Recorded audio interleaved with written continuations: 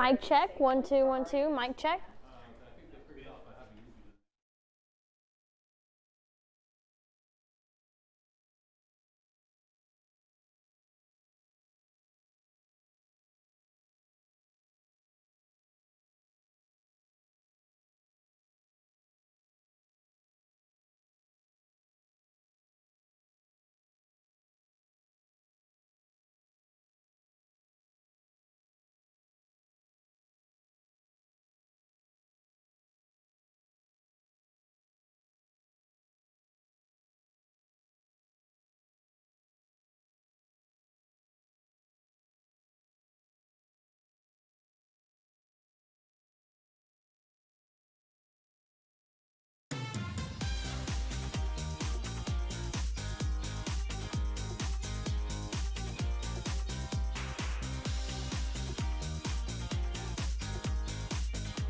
You're watching WEAR News, the Morning Current on WFGX. And good morning. So glad you've tuned us in or got us streaming on your device for the Morning Current. I'm Jared Willits. I'm Laura Hussey. Great to have you with us. We want to start out today with the Pensacola Bay Center. It's been a topic of conversation for so long, and this morning we have more insight on an upcoming discussion about the future of the Bay Center. The company Legends Global unveiled their plans that would show a modernized facility with a bigger footprint. Aria Circa in the studio this morning to tell us what the plans look like. What do you say? Well, the million-dollar question right now is how will the project be funded? Under the proposal, the renovated Bay Center would feature bunker club lounges, premium seating, and grab-and-go concessions, among other amenities. Those upgrades costing just over $71 million. The plan also includes a new 55,000 square foot event center for conventions and sporting events, a second sheet of ice for practice space, and an optional hotel. The total cost for that whole campus is $189 million. Commissioner Mike Kohler says the county is able to bond about $80 to $90 million from the tourism development tax, but filling the gap would likely require collaboration with the county, city, and private investors. But if we got Disneyland, let's say, because everyone wants everything, it'd be beautiful because we'd have 2 sheets of ice, a convention center, a private hotel, an area out below that would basically be kind of like a pre-game thing that before people came in. Another piece being worked out, commissioners tell us the proposal includes a parking structure, and they've also discussed using the technology park for parking as well. Commissioners will be presented with the proposal this coming Friday, but no votes will be taken. County leaders say the presentation is just the first step, with funding discussions expected to continue in the weeks ahead. All right, $189 million, that is a stout price tag. What if we heard about if they can't do the whole thing, or what would come into play? So there's a couple different options. The commissioners had their own opinions on this one. Commissioner Hofberger said that she would rather get the Bay Center renovated and fully done first. She said she doesn't want to add anything else on to a dilapidated building. Now, Mike Kohler said there's 2 different sides to it. If you're thinking about the ice flyers, he wants that extra sheet of ice. If you're thinking about the convention space and tourism for people coming and wanting to use the Bay Center, he would want that event center which would have that convention center space in it. It's the bottom line that everybody wants something done. And lots to talk about moving forward, because it's always the bottom line is the bottom line. Right. We will see. Thank you, Aria. Thank you. All right. This is getting a lot of talk on social media, as you might expect. A lot of people weighing in on the plans overnight. Mixed reaction, as you might expect. Some people say it looks nice. Others say the Bay Center still needs to be bigger. Shane said, I fully support this. Michael rather, scrap the ice practice facility. It provides little or no benefit to the community. Double the size of the community event center to truly make it a place where we can host local youth sports events, host trade shows, and community events. A 55,000 square foot facility isn't big enough. We had this from David. We need to build a completely new facility. The Bay Center is too small and too old for this Band-Aid solution. And from Harley, that's an insane amount of money for that. definitely could be used for a better thing or two in Pensacola. We also just wanted to put it in the form of a question yesterday, and here's what we asked. Do you like the proposed amenities for the Bay Center? With more than 400 people responding, 60% say yes, 40% say no. And then we have to understand that the city of Mobile is already working on their brand new $300 million arena. There's a rendering. This would be a huge project. They've already demolished the old Mobile Civic Center to make way. We're talking 10,000 seats as well as multiple ballrooms. Commissioners, county commissioners in Escambia County saying they're updating the Bay Center, or would like to simply stay competitive. I know the county's gonna have to put some skin in the game, but I believe there's enough votes on the commission to want to do this because it's just an outdated building, and we want to have something where we can bring in really good venues for the people in Escambia County, Santa Rosa, even Mobile. And you know, Mobile put in a $300 million project, but we have a better venue. Everyone knows Pensacola has a much better venue. So we don't have to put $300 million to be very competitive. There's more to talk about here. Mobile announcing the return of professional hockey. A new team will be part of the Southern Professional Hockey League, same as the Ice Flyers. The new arena in Mobile expected to be completed sometime next year. And fresh for the morning current, we had talked to Visit Pensacola and received some information about how they view these proposals. They actually say the plans are missing something. We have a statement from Darren Schaefer, who is the Visit Pensacola president and CEO. Quote, "We are excited to see the study. It's great to see the inclusion of a function space, but it lacks the necessary ballroom and breakout space to attract larger meetings and conferences. I'm looking forward to seeing the data behind the study that recommends spending $29.8 million on practice ice versus using that space to deliver a conference center that benefits a far greater percentage of Escambia County residents, both in quality of life and economic impact." There you go. Much more to come. 6 minutes after 7 o'clock, we want to shift to the weather for a minute. You probably don't go to the dark corners of social media. No, I do as not. much as I do. But meteorologist Marianne Caldwell, I was talking to you off camera. Some of the hypesters, the weather hypesters, are making this winter system sound really scary. It is really scary, but I think there's some doubt about how it's going to affect our area.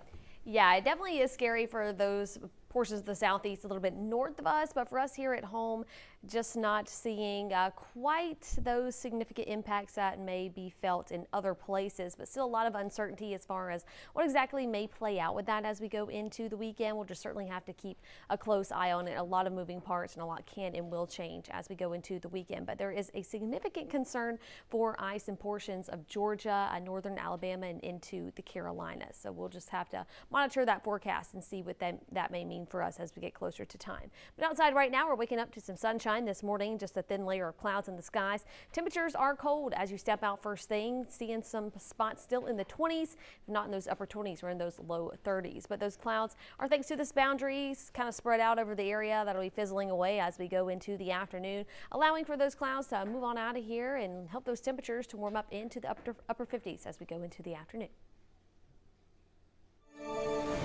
Let's get a look outside at 7:07. Here we have the 3 Mile Bridge. I believe. We had a great shot just a minute There ago. it is. Whoa. Okay. The bridge, very light traffic there, but check the sun starting to rise along the Florida Gulf Coast. What a great place to live, huh? You know what it is? It's all the intergalactic vibrations. Everything's just a little off this morning. The Pensacola International Airport is going intergalactic today. Temporarily, of course. 10 o'clock this morning, kicking off what is called Pensacon season. There'll be new signage throughout the terminals highlighting iconic comic and science fiction characters, featuring welcome messages for the convention guests and, yes, the celebrities. You want to make everybody feel welcome. Pensacon, of course, coming up February 20th through 22nd, taking over downtown Pensacola. And we have such big names this year. Will Wheaton. Oh, yeah. From Stranger Things. We've got Cara Buono and Randy Havens. That's going to be exciting. Tickets are still available. Just scan that QR on your screen, and you will find also a link for tickets and everything you need to know about the convention. How about some fun tonight? Pensacola's Mardi Gras Second Line Tuesday, well, today's Tuesday, downtown Pensacola this evening in support of all the downtown businesses dealing with the construction. Yeah, such a cool idea from Pensacola Mardi Gras just to bring a little extra party in. So the idea is you congregate at a Palafox business around 5 p.m. This week it's graffiti pizza, so everybody kind of hangs out there. Then the stepping off begins at 5:30. Afterward, back to graffiti, where a band will play for about a half an hour and everybody can cap off the festivities. Great job with the Second Line Tuesday. We heard it was great last week, and it will sure be a party tonight. We'd love to see what's going on in your world here on the Morning Current. Send your pictures and your videos. You can text WEAR TV to 95577. Easier still, chime in from the WEAR TV website. More news on the way. 2 officers in Portland, Oregon shot last night. The manhunt going on right now as those officers recover. And dozens of beaches in Australia closed now. You can guess why, but we'll tell you all about it in just a second. But first, when it's this cold outside, just have a sip of coffee and take the day a little slower. Plan with extra layer you're going to wear.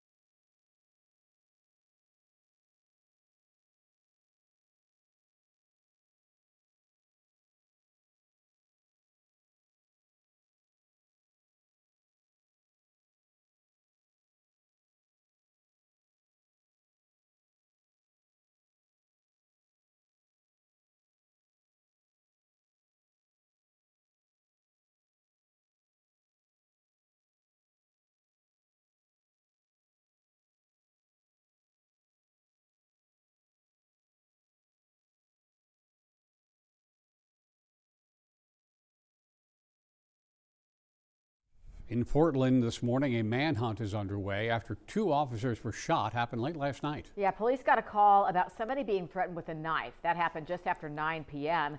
When officers got there, the suspect opened fire. One officer was hit in the leg, the other hit in the arm and in the ear. We are told both are stable and recovering at the hospital. Authorities are working to identify and locate the suspect.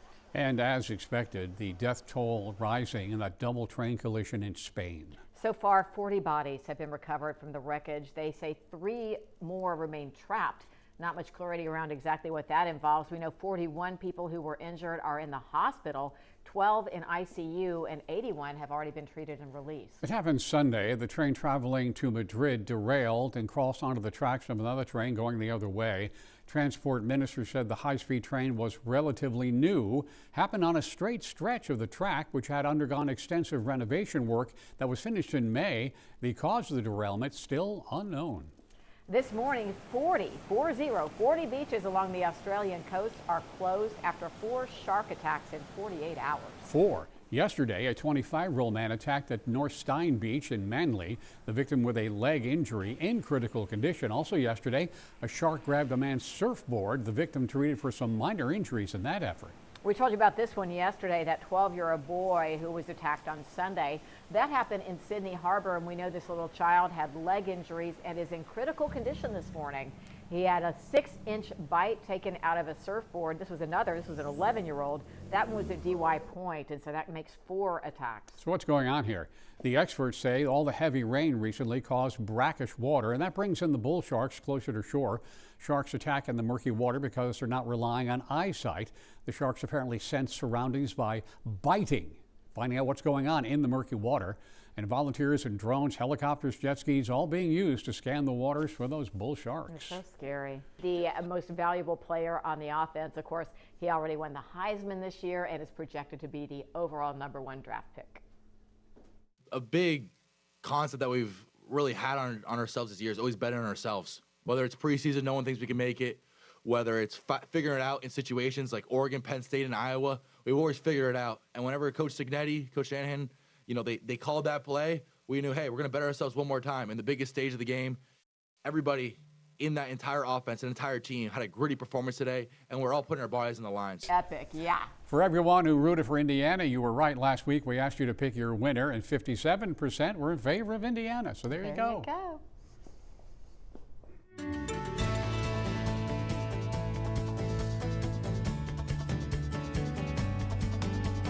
As all good things do, this thing started on TikTok, right? Right, it's the 2016 trend. Everybody's posting their 2016 throwback photos, sometimes with a little narration about what the year brought for them. I'm sure you've been seeing a lot of them, Marion. Yeah, definitely I've been seeing quite a bit of that. 2016 was a little different for me. That was the year I got my driver's license, me and my friends in high school, doing the things that you do when you first get your driver's license. Okay, there's me, probably. Yeah. Look That's at that. very 2016. The braces, the monogram, everything. That was definitely 2016 for me. You're definitely adorable. had that typical. Look at that smile. Yeah, the selfie with the dog filters and all of that good stuff. Oh, look at this. I think I look much the same. Always short yeah. next to my friend Meg McNamara, who used to do weather here, but we were at the ballpark in 2016 watching a Wahoos game. It was a great year of friendship and growth. Oh, who's this guy? I don't know that look. What's that eyebrow doing, Jared? Well, that's my Mr. Cool look. Anyway, that was 2016 before a Mardi Gras parade. Just leaving the house, I took a selfie, and there it is. Oh, 10 years ago. We will be looking for yours online as well. Fast forwarding to the present, we are dealing with some really cold temps here. Let's just keep that picture up for a while. I like a good bead collection. Jared brings the beads. All right. Yeah, it definitely is cold outside. First thing this morning, we're in the low 30s once again. Crestview still sitting in the upper 20s, so having a little bit of a hard time warming up. But now that sunshine is joining us here on our Tuesday, we should start to see those break into the 40s before too long. We are seeing a little bit of cloud cover out there too, as the frontal boundary is kind of stalled out near the area, but that won't bring us too much cause for concern as we go into the rest of the day. In fact, that'll be moving on out of here, allowing that sunshine to filter back into the area. And that's just what we'll see as we head into the afternoon. And that'll help those temperatures to find themselves in those upper 50s for highs today. So pretty near seasonable. We'll be feeling pretty comfortable out there with that sunshine in place. And it seems like we are gradually getting warmer each day. That trend continues going into the rest of our week. Upper 60s Thursday and Friday, but that is ahead of a pretty significant winter storm that we're tracking that is going to be moving into the southeast over the weekend. But until we get there today, we're left with lots of sunshine, dry weather. Into Wednesday, we do start to see that dense cloud cover filter in by late tomorrow morning,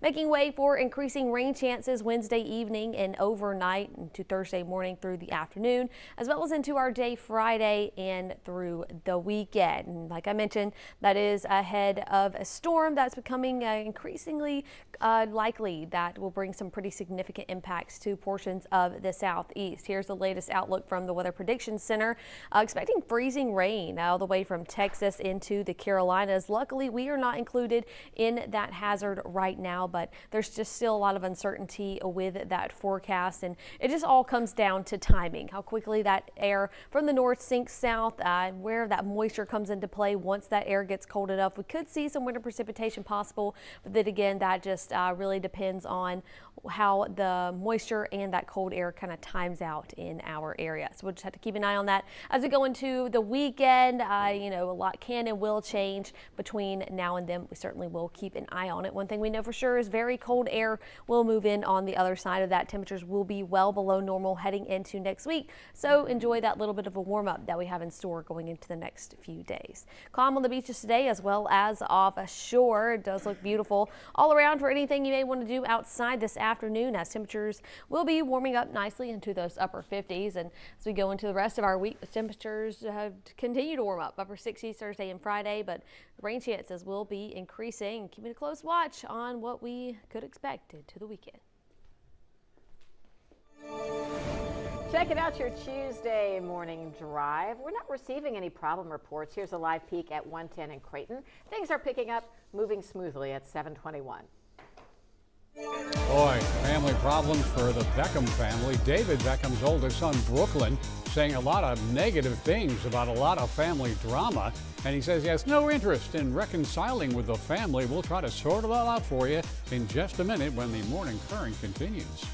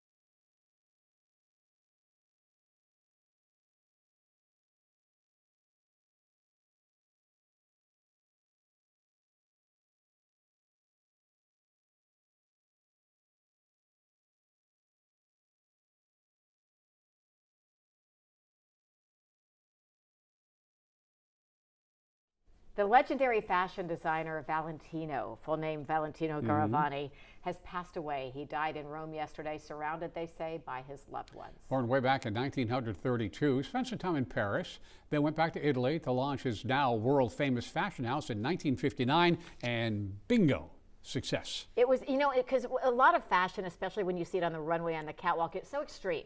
You know, you look at it, you go, I would never wear this. His designs were always ones that you could visualize and say, wow, If I was glamorous, I had the occasion, I'd wear that Valentino red, his signature color. Is this Valentino red, by the No, way? this is off. This is more of a burgundy-ish. Valentino red was spectacular. Some of the most glamorous women in the world wore his designs, from princesses to first ladies. Most recently, Golden Globes. We've got Coleman Domingo, dressed by Valentino, as well as Adam Brody and Natasha Lyonne. He will lie in state tomorrow and Thursday at Rome's Plaza Maganelli. He was 93 years old. What a great gift of fashion. We move on to this story. This is like crazy stuff out of the Beckham family. How can it get this bad? It's I don't know. just so mysterious. David Beckham's oldest son, Brooklyn Peltz Beckham, is now saying he has no interest in reconciling with his family or his famous parents. Big statement at length on Instagram yesterday. He says his parents have been very controlling his entire life. Soccer star David Beckham and Spice Girl Victoria Beckham, posh if you will. He says they value protecting their image and brand over genuine connection and relationships. He calls it brand Beckham, and he says it comes before everything. A lot of this seems to center around his wedding and his choice of wife, actress Nicola Peltz. He says Victoria, the mom, refused to make his wife's wedding dress at the 11th hour. You know, she has a fashion brand. Yeah. She was supposed to design it. Then, and this is weird, Yeah, I know. he says his mother, quote, hijacked their first dance, the one that was supposed to be him and his bride, and that she danced, quote, inappropriately on him. Whoa. He also says, but there's more, that family told him the night of his wedding that Nicola is, quote, not blood and therefore not family. He says last year he and Nicola traveled to London from their home in LA to celebrate David Beckham's 50th. He says nobody would even see them unless it was at the highly publicized party with flashbulbs and all that. For a long time, there have been reports of no one speaking to one another, and so far, no official commentary from David and or Victoria. Perhaps, you know, he's going to go this way and they stay that way, and then everyone just calms down. No matter what somebody's outside, you never know what's going on their inside. True enough. Chime In is sponsored by Pensacola Habitat for Humanity. Well, good morning. Good morning, Kim Rounseville. Siblings, 2 doodles and a schnauzer. Millie, Bowie, and Bentley. What a great family. And from Angie Anderson, we have granddaughter Marseille. I hope I said that right. You are so adorable. She is turning 3 years old this week. Monday Morning Current continues. Take a look at a new study about harsh prison sentences and penalties. Florida ranked pretty high. We'll see why an attorney says those numbers really don't show the full context. He'll explain, and we'll explain next.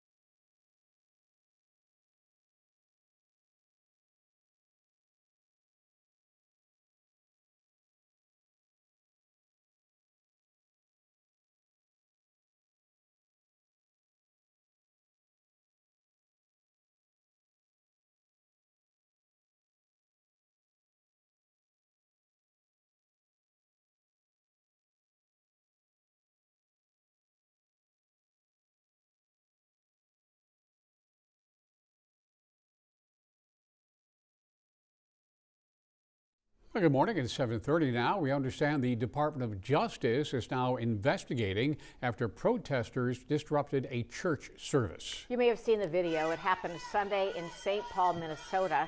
This video was posted by Black Lives Matter. It shows anti-ICE protesters interrupting the service. They did it, they said, because one of the pastors they believe is an ICE official. They chanted, they harassed individual worshipers, screaming at them.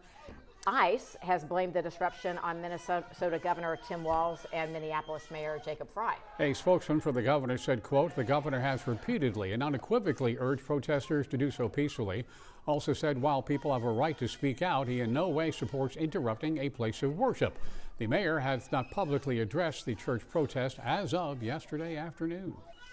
7:31 now. Florida ranks at the top of the list for harsh punishments. That is according to a new study on national prison sentences. It's conducted by attorneys at the Davidoff Law Firm in New York, suggesting that Florida does have the nation's toughest prison sentences. The authors say the study evaluated the maximum penalties for crimes like theft, burglary, DUI, and murder in every state. As an example, the study says theft offenses in Florida can carry a maximum sentence of life in prison. In California, that would be a max of 6 years in prison. We spoke to attorney Dennis Green, and he says the figures in the study don't actually represent the full story of a theft, for example. So it's not an automatic life sentence, it's an enhancement because of your past. Hey, your prior criminal history equals this, you have other enhancements that are on it, maybe you were armed at the time, that's another enhancement, and so it can escalate up to a life sentence. But on the books, in and of itself, that sentence, it's not a life sentence. Green says in Florida, each offense gets you points on a scorecard, and that's what judges refer to for sentencing.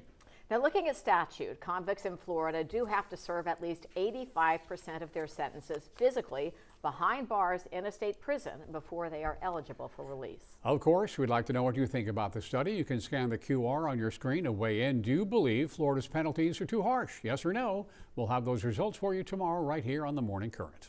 It is 7:32. We finally got our cold, and boy, when we got it, we got it. Meteorologist Marianne Caldwell in for Brooke today, and it looks pretty out there. It's just really brisk. Yeah, what's not quite pictured there is how cold it is outside. Certainly, finally feeling like January around here. Temperatures have been starting out in the 20s and 30s over the last couple of mornings. That's what we're seeing out there right now. Now that sunshine has joined us, it's helping us to start to warm up a little bit, but some spots still in those low 30s, and seeing a thin layer of clouds here first thing thanks to this boundary that's hanging out near the area, but that'll be fizzling on out of the way as we go into the second half of the day, and high pressure will keep our forecast nice and dry, and temperatures will eventually be climbing into the 50s by the late part of the morning. Upper 50s are what we can expect as we head into the afternoon, so still below average for this time of year, but with that sunshine it should be feeling quite comfortable out there as we go into the better half of the day. Check it out, your live drive if you're heading in this morning. Looking good so far. We can see traffic at I-10 and Pine Forest is picking up, but it's moving along. 7:33 now. 2 fires under investigation currently in Escambia County, one of them deadly. A man died in a fire in Warrington yesterday morning. The fire started before 9 a.m. on Bremen Avenue. That's off of Gulf Beach Highway. Passerby saw some flames and called firefighters. They say one person did make it out safely. It was a duplex. The victim was a resident of one side of the duplex. Neighbors told us a mother lived there with her adult son. Mother not to be believed to be home at the time of the fire. It took about an hour to get the fire out. At this point, no other details nor names have been released. The duplex, we are told, is a total loss. At the same time, there was a fire at the senior living facility on North Davis Highway at the Waterford at Carpenter's Creek. 40 units were damaged. Third-story unit had extensive damage. Other rooms had water damage. During it all, the residents did have to evacuate.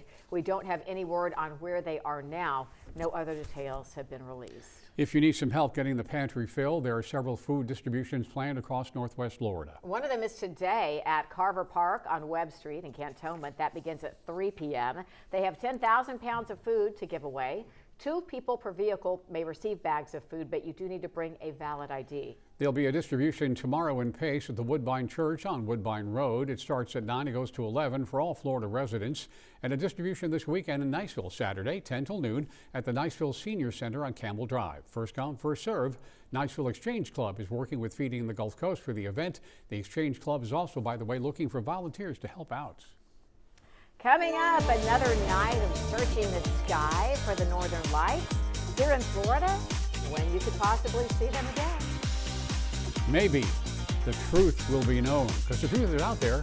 We may find it this year about UFOs. Some days around here you look forward to the coffee break a little bit. Today's one of those days. No, some days you look forward to it a lot. It's one of those days. Here we go. Join us.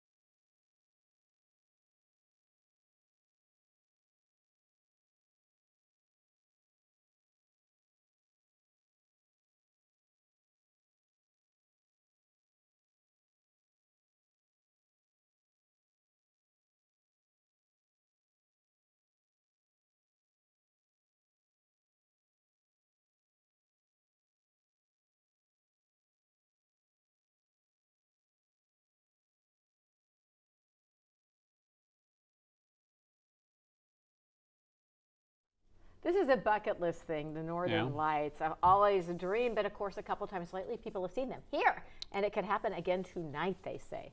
All right, here's the deal. Apparently, NOAA releasing a statement about a G4 severe geomagnetic storm alert overnight said severe levels were reached again around 2:30 this morning. This is all caused by what they call a coronal mass ejection. Basically, that's a massive burst of solar material and the magnetic field from the sun's outer atmosphere. So we see northern lights when a solar flare interacts with the atoms and molecules in Earth's atmosphere. Could you do that again? I can't, but I know a lot of people were out there looking for it last night. They expect the all to reach Earth in the next 24 hours. They say the best time to see the northern lights could be between 10 o'clock tonight and 4 in the morning tomorrow. Also, by the way, could impact some power systems, spacecraft operations, radio frequencies, satellite navigation, and this could continue all the way through 2026. Yeah, to some extent, significant worries, but that's for another day. Let's look at the photos. This is from Gene Austin, sent in yesterday. These were the northern lights from Laurel Hill. Isn't that beautiful? Not sure when those were taken. Might have been last time we had them, but see, it does happen. And maybe it'll happen when you're driving to work tomorrow, Laura. If you get any photos or videos, send them in. You can scan the QR code right there on your screen and bookmark it. We would love to share your pictures and videos right here on the Morning Current. Do you believe that people or whatever from other planets have visited planet Earth? Are you asking me, or just as it generic? Just kind of a general. I think, there's so many reports. It's at least interesting, and of course, one of our favorite credible sources, the Daily Mail, put out. Hey, they're just 2 weeks ahead of everybody else. They put out a report from unnamed sources saying that there's a growing number of insiders from like the military and intelligence communities who are getting telling us to basically brace in, strap in, be prepared. This follows that documentary last year, The Age of Disclosure, featuring 34 different officials, government, military, intelligence, alleging decades of UFO cover-up. Now, the Trump campaign did promise to declassify information, and Congress currently moving to force transparency through the 2026 National Defense Authorization Act. Yeah, apparently that act mandates some new briefings on UFO encounters that date back to 2004. Now, conspiracy theorists even think that the upcoming Steven Spielberg movie called Disclosure Day will be a carefully staged reveal. Huh. Well, I guess we'll find out. And what if we did? And what if they do exist? Well, there's so much going around, NASA has to keep up, because right now they're trying to debunk another conspiracy theory, the fear that the Earth could briefly lose gravity, and that would happen this summer. What I find interesting is that this has been circulating so much that NOAA and NASA and all these people have actually addressed this thing, saying, relax, it's not going to happen. Project Anchor is what they're calling it. Well, that's what people are calling it. A document stating Earth will lose gravity for 7 seconds on August the 12th. They say 40 million people will die. That's pretty horrible, but stuff just spreads, right, on social media. However, internet sleuths say they searched high and low. High and low. There was no trace of a NASA document or really anything else called Project Anchor. They're basically going all the way back to some random Instagram post from some random person. Hey, this post said the whole thing will be caused by colliding black holes. Now, NASA says it's a basic misunderstanding of how gravity works. Here's how gravity works. Pay attention. The only way Earth can lose gravity is for the Earth to lose mass. And other scientists say colliding black holes are weak. Only the most sensitive equipment can even detect them. So I think we're going to stay firmly on terra firma. Yeah, don't worry, you won't be tested. It just takes that much to debunk a conspiracy these days. Check out these stories plus more on WEAR's YouTube channel, top local and national news, YouTube Shorts, and the Morning Minute Rundown. Search WEAR News on YouTube. Back to the hard news in a moment here. The search is underway for a suspect in Indiana after a judge and his wife were shot and killed. What investigators say happened right before that gunfire.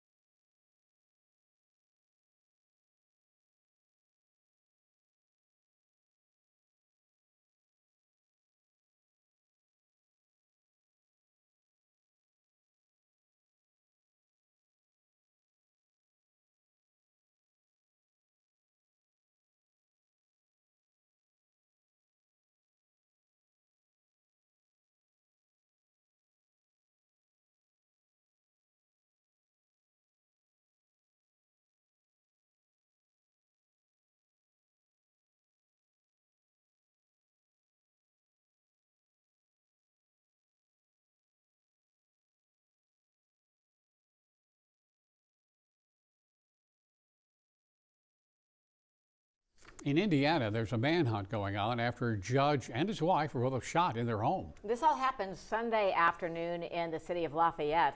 Judge Stephen Meyer was injured in one arm. His wife, Kimberly, injured in the hip.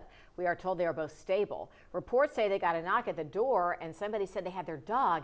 Then shots came through the door. Now, shell casings found at the scene and the FBI is investigating. No arrests. Meyer has served on the Tippecanoe County Superior Court since 2014. He was a public defender and city council member before all that. Other judges in Indiana are warned to remain vigilant.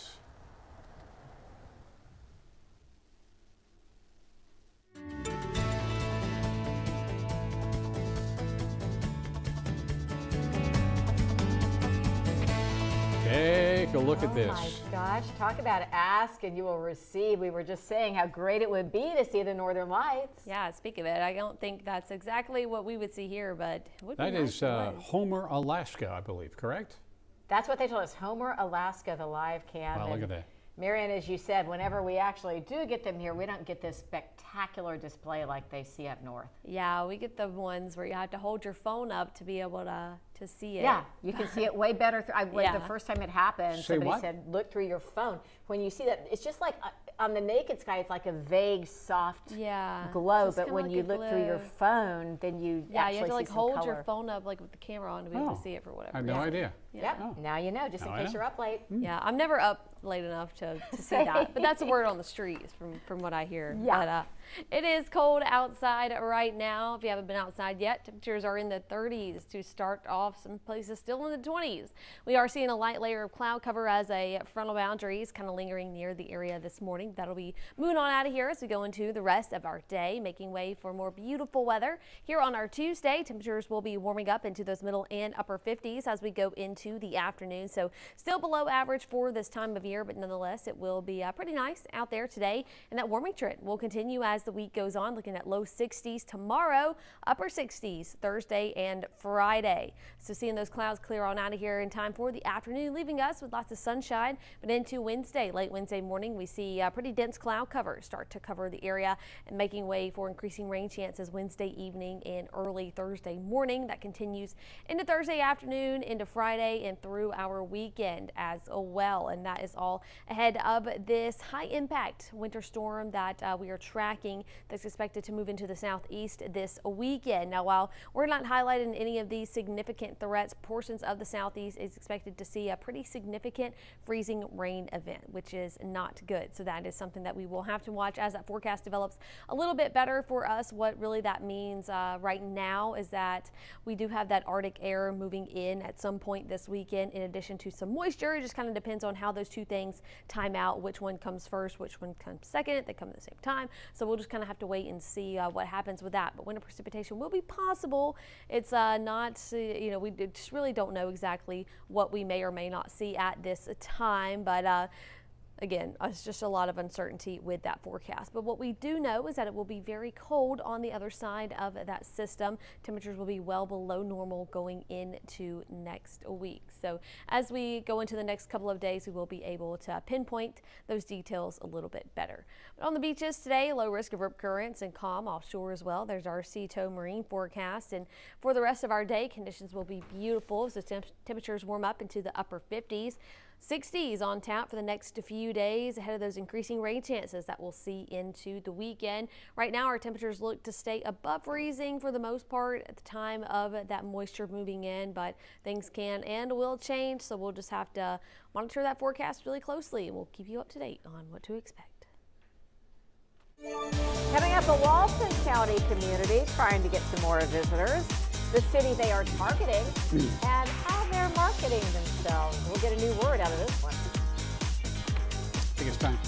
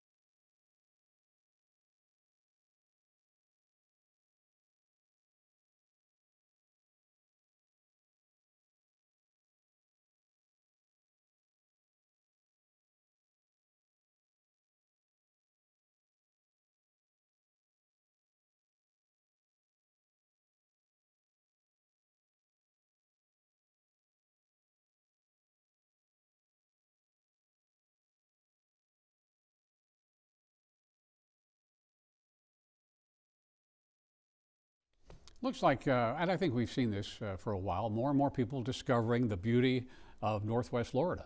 And more Northwest Florida communities really marketing themselves to some different areas. For example, here we go. New York City. A Walton County community is making a big push. Visit Watersound posters are showing up apparently all around the Big Apple now. They call it no flow. Yeah, It not a sounds big negative, fan of like, the slogan. They're marketing North it as Florida. no flow. No flow. Like I'd like to have some flow, but there's no flow.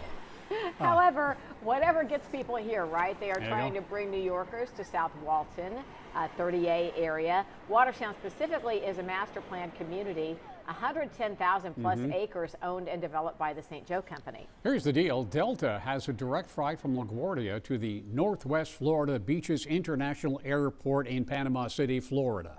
Does that fit on a card?